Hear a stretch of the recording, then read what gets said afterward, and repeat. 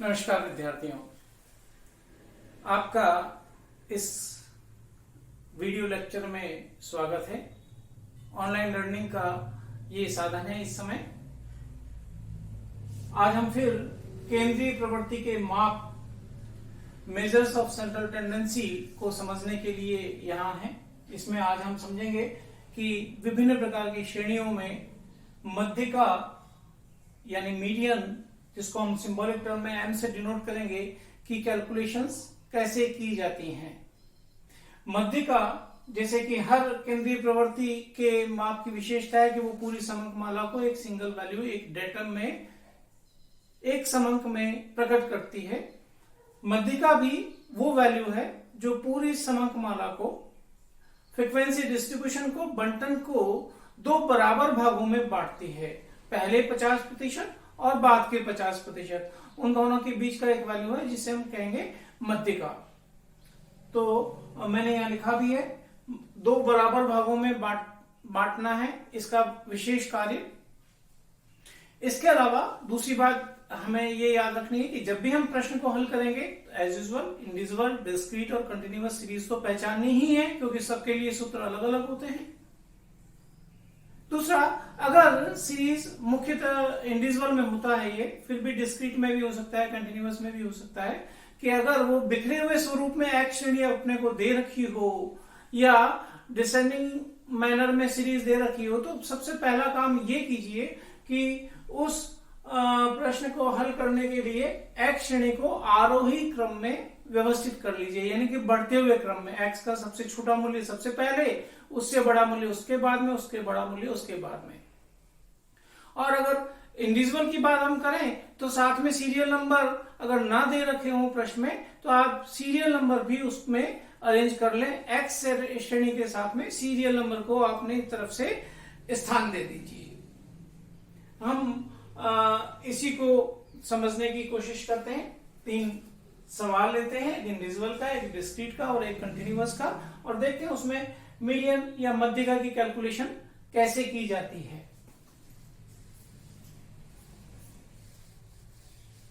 अगर हम individual series की बात करें तो आपको मालूम ही है, केवल एक श्रेणी होती है जिसमें दूसरी कोई श्रेणी नहीं होती, फ्रीक्वेंसी नहीं होती। अगर ये वैल्यूज में मान लूं कि ये है 2, 5, 9, 6 एंड 8,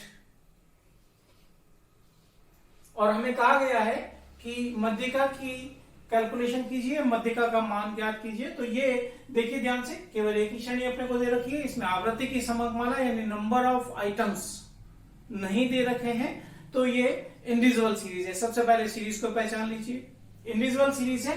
तो पहला काम ये करना है कि मध्यिका का अगर प्रश्न है तो इंडिविजुअल सीरीज में ये जो वैल्यू है इनका क्रम सही नहीं है, कहीं कम कहीं ज्यादा, तो इस एक्स श्रेणी को रीअरेंज कीजिए, ये एक्स श्रेणी वापस से बनाइए। प्रश्न में दे रखी है, अपनी नोटबुक में जब आप लें तो सीधा ही इनको आप आरोही क्रम में ले सकते हैं। सबसे छोटी वैल्यू सबसे पहले, उसके बाद में दूसरी वैल्यू है वो उसके बाद में, फिर तीसरी वैल्यू इससे बड़ी 6, देन 8 एंड देन 9। इसके बाद में ये वैल्यू हमारे किसी काम की नहीं रही, इस सीरीज को हमें नहीं देखना है। दूसरी बात, अगर इंडिविजुअल सीरीज है तो साथ में इनको सीरियल नंबर पे दीजिए एक श्रेणी के वैल्यूज को। तो सीरियल नंबर की एक सीरीज 1, 2, 3, 4 एंड 5, 5 वैल्यू हैं जो क्रम से अरेंज्ड हैं, इंडिविजुअल सीरीज है। इसके बाद में हम मीडियन का प्रोसेस फॉलो करेंगे। आप यहां देख रहे हैं बोर्ड पर कि व्यक्तिगत श्रेणी ये है। व्यक्तिगत श्रेणी इंडिविजुअल में 2 स्टेप अपने को करनी है। पहली स्टेप, स्मॉल एन का वैल्यू ज्ञात करना है जो फ्रीक्वेंसी से संबंधित है। स्मॉल एन फ्रीक्वेंसी से संबंधित है, आवृत्तियों से संबंधित है, नंबर ऑफ आइटम से संबंधित है। जैसे कि यहाँ पर 1, 2, 3, 4 एंड 5 कितने आइटम्स हैं? कुल मिला के 5 आइटम्स हैं। इंडिविजुअल सीरीज है ये, इसमें 5 आइटम्स हैं। फिर स्मॉल एम कंप्यूट करेंगे किस फार्मूले से? n+1/2 से, और उसके बाद में फिर हम उस स्मॉल एम की वैल्यू को इस सीरियल नंबर में सर्च करेंगे। जिस सीरियल नंबर में ये वैल्यू सबसे पहली बार आता है उसके सामने वाला एक श्रेणी का वैल्यू ही मीडियन वैल्यू हो जाएगा। जैसे कि यहां पर हम देखें, इसको सॉल्यूशन के दृष्टिकोण से आगे बढ़ाएं,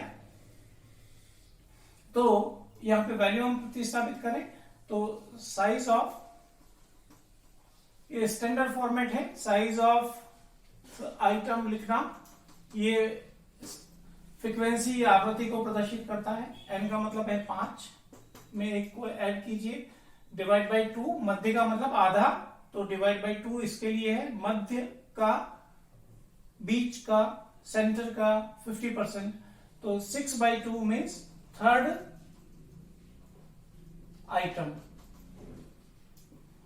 small m is third item. इसको आप कहां पे सर्च करें, स्टेप नंबर 2, इसे सीरियल नंबर में देखें तो तीसरा आइटम ये रहा सीरियल नंबर में, और इसके सामने एक श्रेणी का वैल्यू यहां पर है 6, यही मध्यिका का मूल्य है। ध्यान रहे, ये स्मॉल m है, ये कैपिटल M है, सो कैपिटल M इज 6। अगर ये प्राप्तांक की सीरीज हो, मार्क्स की सीरीज हो, तो 6 मार्क्स मीडियन वैल्यू है, जिससे कम स्टूडेंट्स भी उतने ही होंगे, इससे ज्यादा स्टूडेंट्स भी उतने ही होंगे, कम भी 2 हैं और ज्यादा भी 2 हैं। तो ये मध्यिका का मान इस प्रकार से हम कैलकुलेट कर सकते हैं। ध्यान रहे, अगर आरोही क्रम में नहीं अरेंज करते तो अभी आंसर क्या आता, 9, जो कि पूर्णतः गलत होता। तो इस प्रकार ये ध्यान रखें, इंडिविजुअल में कैलकुलेशन ऐसे होगी। हम दूसरा एग्जांपल लेते हैं डिस्क्रीट सीरीज का। आपको मालूम है डिस्क्रीट सीरीज में 2 श्रेणियां होती हैं, x और उससे संबंधित f। चाहे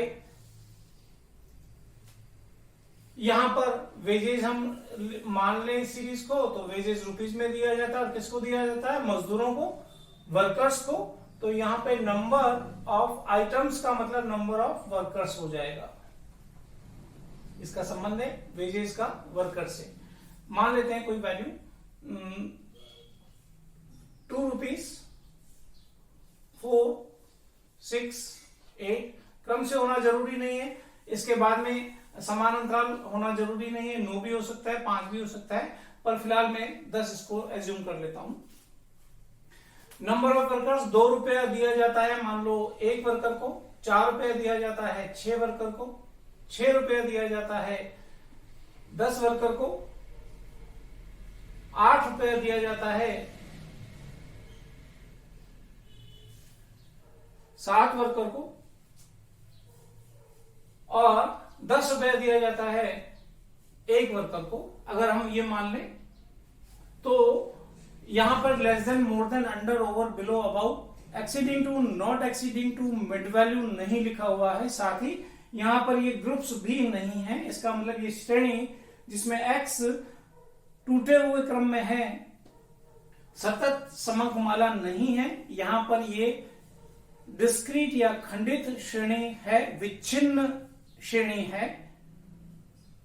इसलिए यहां पर हम जब खंडित श्रेणी की बात करेंगे तो 2 स्टेप हमें फॉलो करनी है। अभी भी स्मॉल m के वैल्यू ज्ञात करना है n+1/2 से।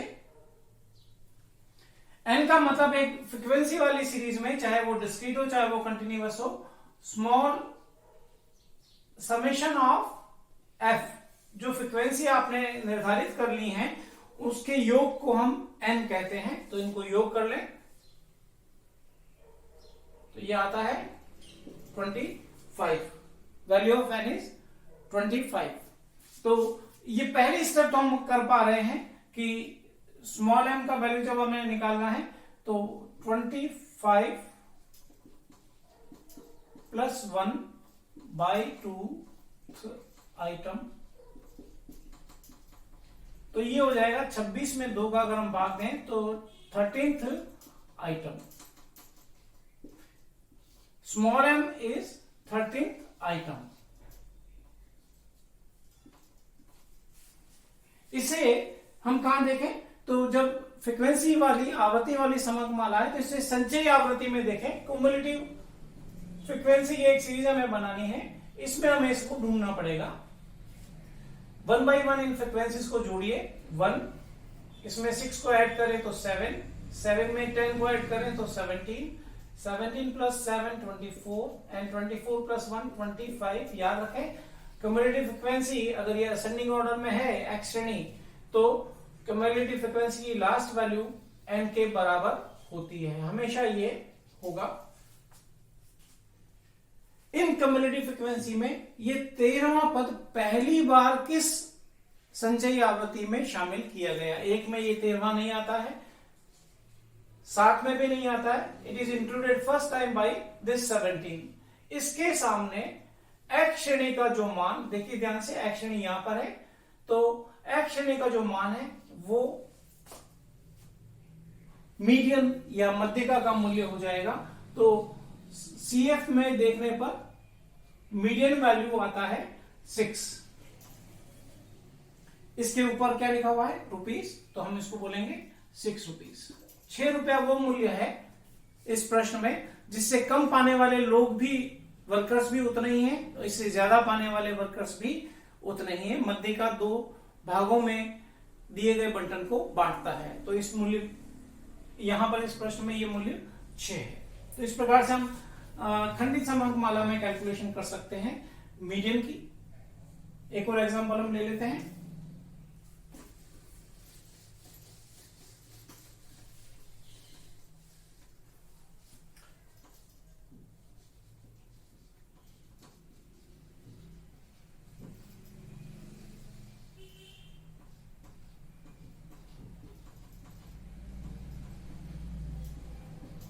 लेस देन की एक सीरीज हमने एज्यूम की है और जैसे ही लेस देन हम यहां पर पढ़ते हैं हम कहते हैं ये सतत समांक माला है, कंटिन्यूअस सीरीज है। लेस देन शब्द से ही ये निर्धारित हो जाता है। यहां पर साथ में नंबर ऑफ आइटम्स दे रखे हैं, तो नंबर ऑफ आइटम्स ऐसे शब्द पढ़ते ही इसको एफ ना कहें। Less than, more than, under, over, below, above होने पर यहां पर ये दिए गए number of items F frequency नहीं होती। यद्यपि आवृत्तियां इनको कहेंगे थियोरेटिकली, लेकिन प्रश्न हल करने के लिहाज से इसको एफ सिंबल नहीं दे सकते, ये क्यूमुलेटिव फ्रीक्वेंसी होंगी। मान लेते हैं ये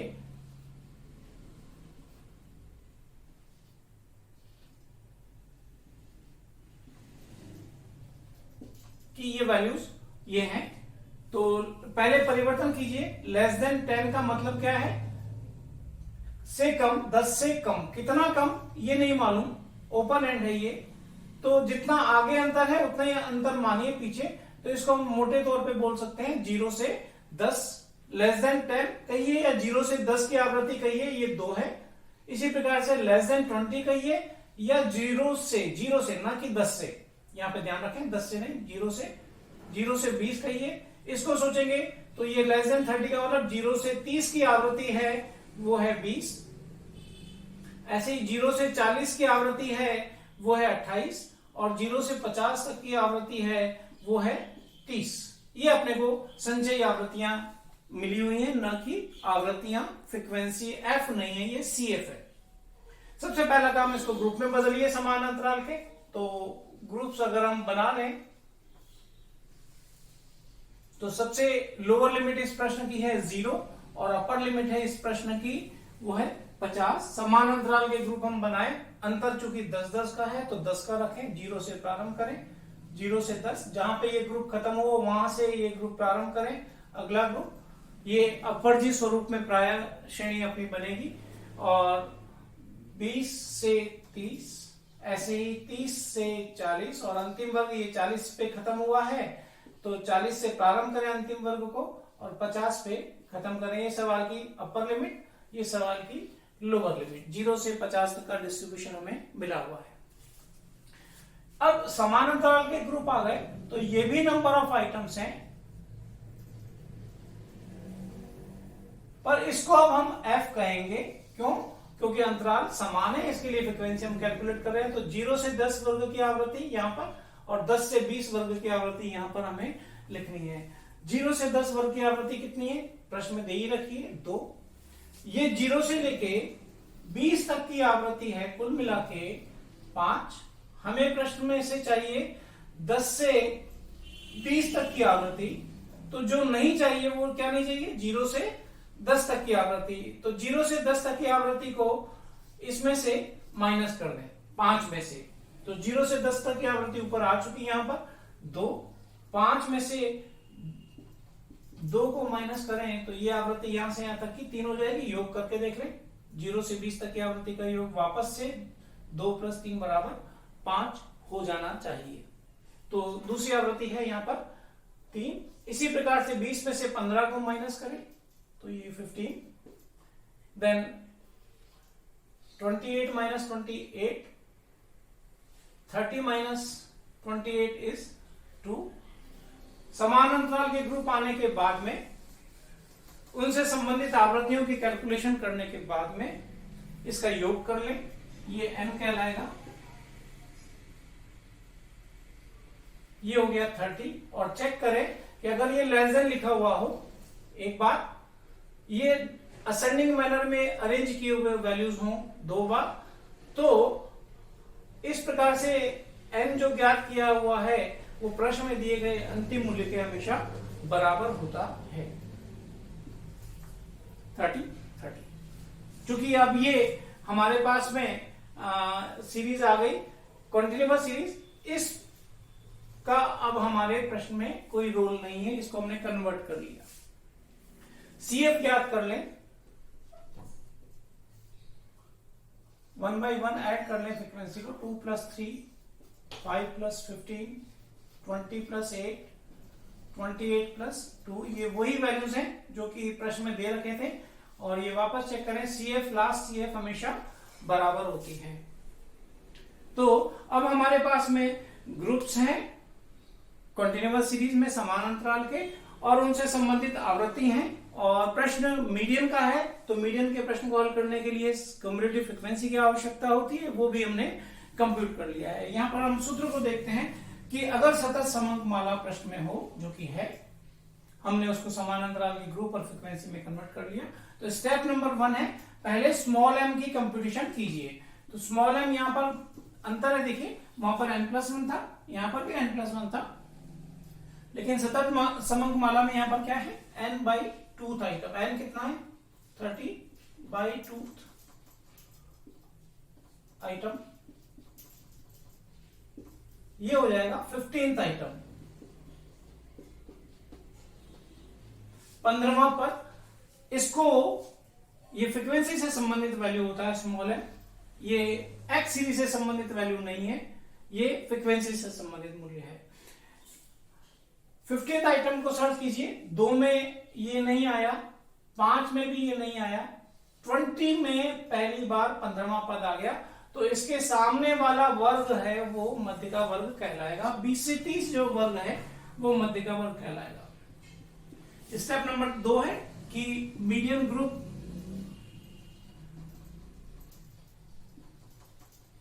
का निर्धारण कीजिए। तो मीडियन ग्रुप हो गया 20 से लेके 30 तक, और इसके बाद में सूत्र का प्रयोग करें। तो मैं यहां पर ऊपर ले रहा हूं, इसकी आवश्यकता में नहीं है।